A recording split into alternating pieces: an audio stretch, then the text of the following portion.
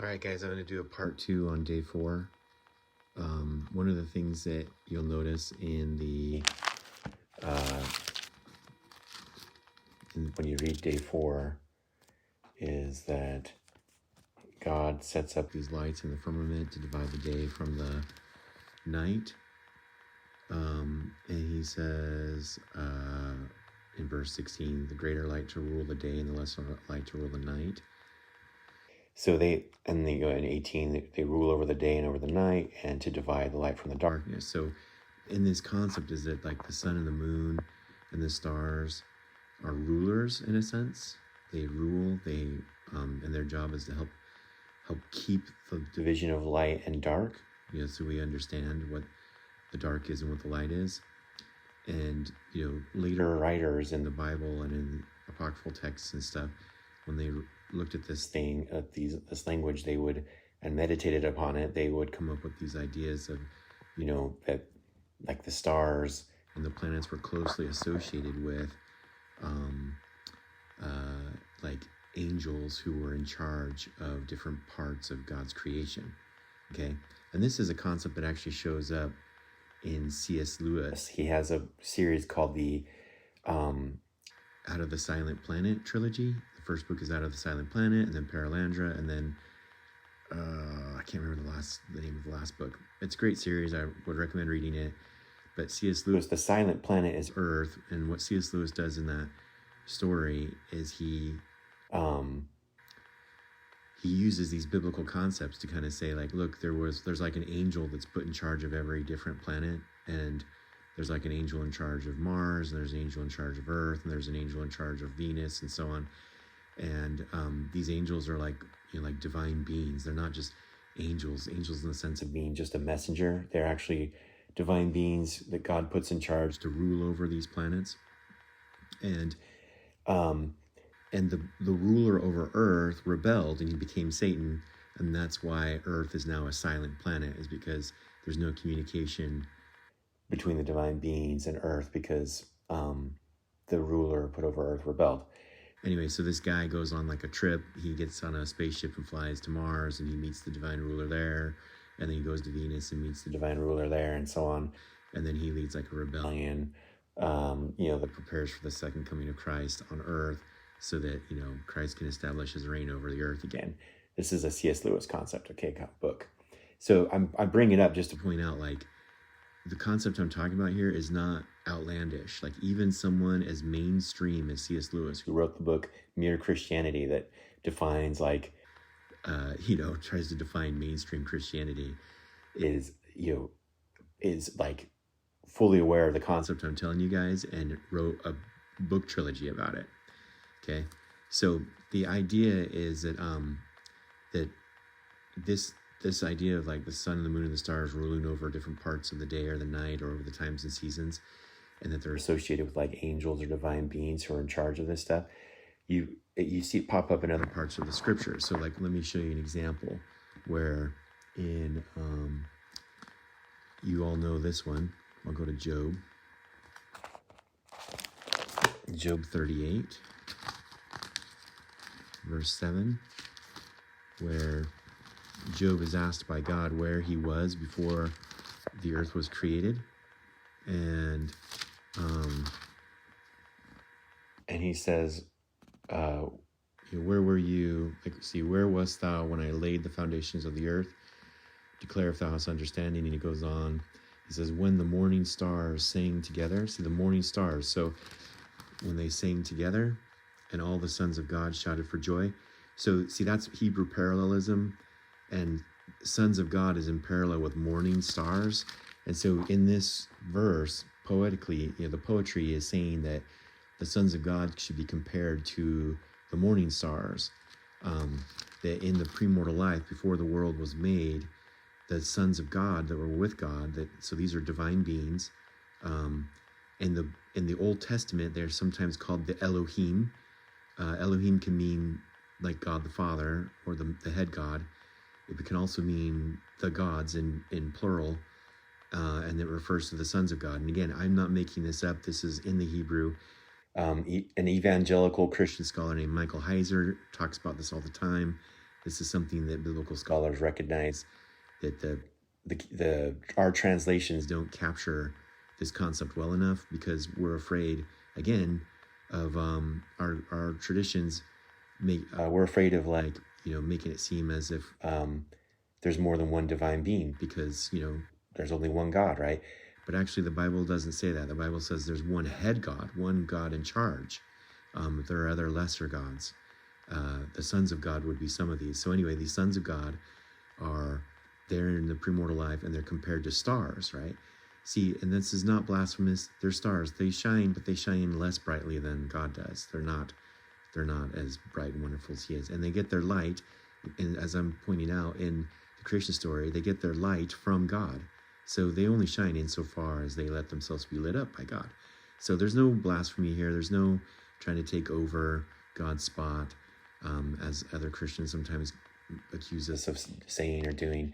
The reality is the Old Testament and the scriptures support this concept, and so do people like Michael Heiser and C.S. Lewis and others. So, okay, so there's one example. Then if you go to like Daniel chapter 12, Daniel chapter 12 talks about the resurrection, and it says, "At that time shall Michael stand up, the great prince, which standeth for the children of thy people, and there shall be a time of trouble, such as never was, since there was a nation even to the same," etc. And it says, "And when this happens, many of them that sleep in the dust of the earth shall awake, some to everlasting life, and some to shame and everlasting contempt. And they that be wise shall shine as the brightness of the firmament, and they that turn many to righteousness as the stars forever and ever." So the idea is that if you are righteous and you live righteously, you will be resurrected to a state of glory like the stars, or like the brightness of the firmament. And the idea is that you become like a star yourself. This is actually in Matthew. I'll go to Matthew 13:43. There's something similar. And it's in a parable.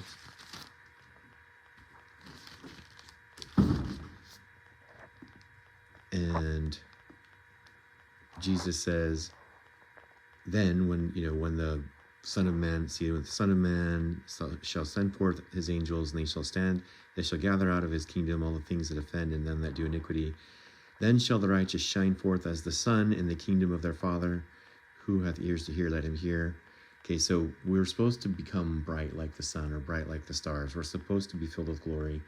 And in fact, we're supposed to become like these divine rulers that God has set over the earth, and rule ourselves. This is actually the destiny of mankind in Revelation.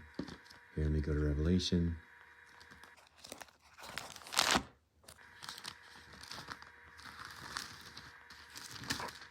God says that, let's see, oops.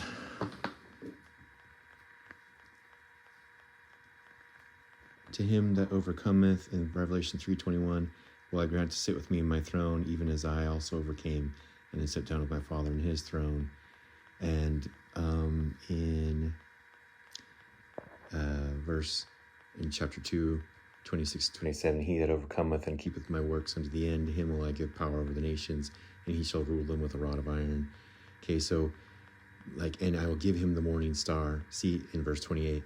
So the idea is that our destiny is to become like these divine rulers that are like the stars and the suns and the moon, and rule over the nations and over the earth, and be given dominion and sit on a throne like Jesus sits on a throne. Okay. Now, the flip side of this is that the scriptures also liken the fallen angels to these stars and so on. So like in Revelation chapter 12, we're told that the devil, there's a dragon. There appeared another wonder in heaven, and behold, a great red dragon having 7 heads and 10 horns and 7 crowns upon his heads, and his tail drew the third part of the stars of heaven. See, when we talk about that the third part of the host of heaven followed Lucifer, the scripture actually says stars of heaven. See, so like there's this implicit understanding that the sons of God, before the world was made, just like in Job, were like the morning stars that sang. And a third part of those stars followed after the devil. Okay, the devil grabbed them with his tail and pulled them down with him. So what I'm getting at is that the poetry and the symbolism of Genesis, of the creation story, is used throughout the rest of the scriptures to describe like divine beings who were put in charge of the earth to rule over it, and to help divide the light and the dark, to keep things separate, to divide between them, to make sure there's a clear distinction between right and wrong, you could say. And some of those people that were put in charge to help out with this whole plan rebelled and went with the devil, and others stayed true. And if you and I stay true, our destiny is to become like the sun, the moon, and the stars, and to rule, in the house of God forever, to be like, a king and a priest unto God, you could say, not replacing God, but unto God, doing, helping him do his work, because that's because he's so gracious and kind. He's giving us a chance to like participate in his work forever and to rule. Okay, this is also like in the promise of Abraham, where it says his posterity will be as numberless as the stars, right? It's not just the number of it, but it's also the quality. You're to become like a star. There's another one in Isaiah. We often read Isaiah 14 as a as like a lament of the devil, like Lucifer's rebellion. And it says in Isaiah 14 that verse 12, how art thou fallen from heaven, O Lucifer, son of the morning? How art thou cut down to the ground? For thou hast said in thine heart, I will ascend into heaven, I will exalt my throne above the stars of God. See, so he's like, I'm going to be better than all the rest of you stars. Like, he's one of the stars, he's one of the rulers, he's one of the people that God wanted to put in charge, but he wasn't satisfied with his station, with his role, and so he wanted to ascend above, put his throne above the other stars of God. He wants to dominate us, to rule over us, right? And he says, I will sit upon the mount of the congregation in the sides of the north. I will ascend above the heights of the clouds. I will be like the Most High. So there's nothing wrong with wanting to be like the Most High. It's the way Lucifer wanted to do it. He wanted to do it in pride and put us down. And God doesn't do that. He isn't interested in putting us down. He's interested in lifting us up. And so he's a different kind of ruler than the devil wanted to be. Okay, so I wanted to just show that, and then I also want to show one more thing, that these often used in the Bible is this concept of in like Deuteronomy is where it is, where the beings that are worshipped, the gods of the other nations that are worshipped, are often compared to the sun, moon, and stars too. And in like Deuteronomy 4 says, like, don't make an image, an idol or whatever, and worship other gods or whatever. And it says, unless thou lift up thine eyes unto heaven, and when thou seest the sun and the moon and the stars, even all the host of heaven, shouldst be driven to worship them and serve them, which the Lord thy God hath delivered unto all the nations under the whole heaven. So what he's saying is like, hey, don't look up at the sun, the moon, and the stars and worship them just because they might be divine beings that God has placed in the sky to help rule over things. Don't worship them. They've been given to the other nations to worship. Okay, God hath divided unto all nations these other beings. So that's why, like, this is the way the Hebrew Bible describes, like, because that's actually how other nations saw their gods, was like, that's why, like, Jupiter is the name of a planet and the name of the head god of the Roman pantheon, right? Is because, and that's how Babylonians did it too. The planets and the sun and the moon, stars were deities. They were like, they're both a star, like a star or a planet, and a deity, and they worship them. And so the Bible is saying, like, that's, God allotted those nations to those other rulers, and Jehovah is the ruler of Israel. He's the Holy One of Israel. The other nations have their own holy ones, and Jehovah is the Holy One of Israel. So I don't want you guys to get lost in the weeds on this concept. I just want to point out, like, there's a symbolism happening in Genesis 1 with the establishing of the sun, moon, and stars. One of the symbolisms is that that the firmament protects us from chaos. Another symbolism is that the firmament protects us from the full blast of God's glory when we're not ready for it. Another symbolism is that the sun, moon, and stars are like rulers over light and dark and day and night, and that they get compared to these divine beings, and that they symbolize what our destiny will be if we keep the plan of salvation, if we follow along. And they also symbolize the sorrow, the loss in heaven over those who rebelled and followed Lucifer, and that the other nations are lost because they worship these fallen beings, basically, rather than the one and only true God. That's the concept, okay? But I want you to get a grasp on like the symbolism, the words that are being used in the Old Testament to describe this. Okay, it'll help enrich your whole reading actually of the Old Testament, not just Genesis chapter 1. In fact, that's one of my points is that if we properly understand Genesis chapter 1, it'll be easier to read the rest of the scriptures, because the rest of the scriptures are using the images from Genesis 1 to make their points.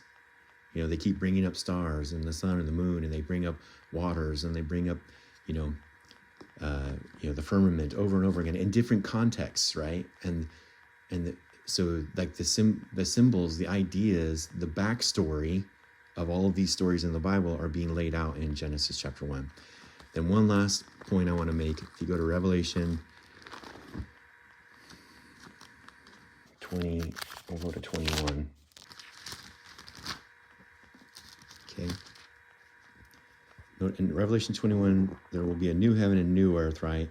For the first heaven and the first earth will pass away. And in the new heaven and the new earth, there's a new Jerusalem, a new city. And it says in verse 23, "And the city had no need of the sun, neither of the moon, to shine in it, for the glory of God did lighten it, and the Lamb is the light thereof." So you see, the first earth that we're talking about in Genesis chapter 1 has all this stuff built into it to like enable God's plan. In order for God's plan to work, we had to leave his immediate presence and descend and come down to a new space and take of those materials and have it be made and set up so that you and I could be tested. And so woven into the earth was darkness. Woven into the earth, which became nighttime, right? Woven into the earth is like chaos. Woven into the earth are these like intermediaries. But in the end, when we go into the new heaven and new earth, there won't be nighttime. The firmament will be gone, and we won't need the sun and the moon and stars anymore to mediate for us. We'll just be in the immediate presence of God, in his immediate glory. He'll be the source of our light, and not some middle person, right? We won't need middle management anymore. We'll have direct access to God. That's the new heaven and new earth. But so the point is we live in a mediated state where we don't have direct access, because the point was to leave the presence of God. That is the plan. Like so many times we think that the creation in Genesis 1 was the be all end all, and that when Adam and Eve fell, we're like, oh my gosh, they lost paradise for us. But that was never God's intent. God's intent is here in Revelation, in the new heaven and new earth, that he wanted us to have immediate access to him. So this other earth described, and other heaven and other earth described in Genesis chapter 1 is an intermediate step. It's one step in a larger plan, okay? And in order to accomplish that plan, we have to experience darkness and nighttime. We have to experience chaos. We have to experience middle management. We have to experience being farther away out of the presence of God. And then as the fall will show us, we have to actually experience being cut off from the presence of God, so that when we come back, we'll have a greater appreciation for his presence. We'll have a greater understanding of why it matters. We'll know the difference between good and evil from our own experience. And so anyway, I'm trying to show you in this recounting of Genesis 1, I'm showing you how it testifies of Christ and his atonement, but I'm also want to show you how it supports the plan of salvation. And the plan was for you and I to leave our heavenly home and come to earth, so that we can go through a tough experience, basically, and then come out on the other side of it and be more like God. Be actually prepared and ready to be rulers. And this is what Lorenzo Snow even said, is that you and I had to come and suffer so that we could learn how to be better rulers. And that I want to share one story before I end this. I learned this in one of my classes at ASU. There's this tribe in Africa where when they appointed a new chief, they would take the new chief out of the village, and every villager could grab a stick and beat the chief with the stick. And then after he took the beating, he got to be chief, and they would give him a stick, like a staff, to rule over everybody, right? And the question was, well, why does the chief have to go through all that suffering? And the reason why is because if you're going to give him a stick so that he can rule over others and, like, exercise authority over them, meaning he gets to punish wrongdoers and stuff, he needs to understand what it's like to be beaten with a stick. He needs to understand so that he has greater wisdom and he doesn't deal out punishment inappropriately or too aggressively, that he has a modicum of empathy and understanding for those that he will be ruling over, right? And that's kind of the same concept here, is that if we were to become like God, we would need to develop wisdom and understanding and empathy and love so that we can love more deeply like God loves, we can understand more deeply like God does, etc. And the only way to do that was for us to leave his presence and basically go through suffering, right? And that's what I'm trying to show here. And as I mentioned in the couple past videos, to get a body that'll enable us to overcome darkness and chaos too. So you see, the plan is being built in to the creation account, and the creation account simultaneously testifies of Christ's atonement. And it simultaneously testifies of how Christ will achieve the atonement. Right? See, because the model of creation, Christ coming and breathing the breath of life and everything, touching it with his presence, is the model of atonement that I'm proposing that happened in Gethsemane and Calvary. All right. Those are just some thoughts to wrap up day 4, part 2. The next video will be about day 3.